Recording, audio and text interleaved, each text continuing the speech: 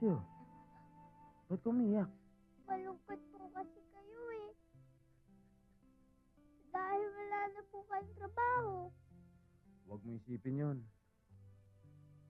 Malakas tayo sa taas. Hindi tayo pababayaan nun. Makakahanap din ako ng trabaho. Pero tay, may suggestion po ako sa inyo. Pero wag po kayong magagalit.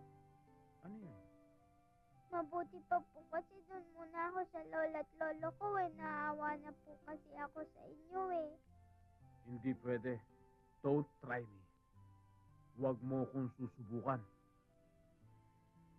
Nobody and nobody can clip my powers in my house. Narinig ko na yan eh. Wala ka namang originality eh. Ikaw naman, binubuko mo pa ako.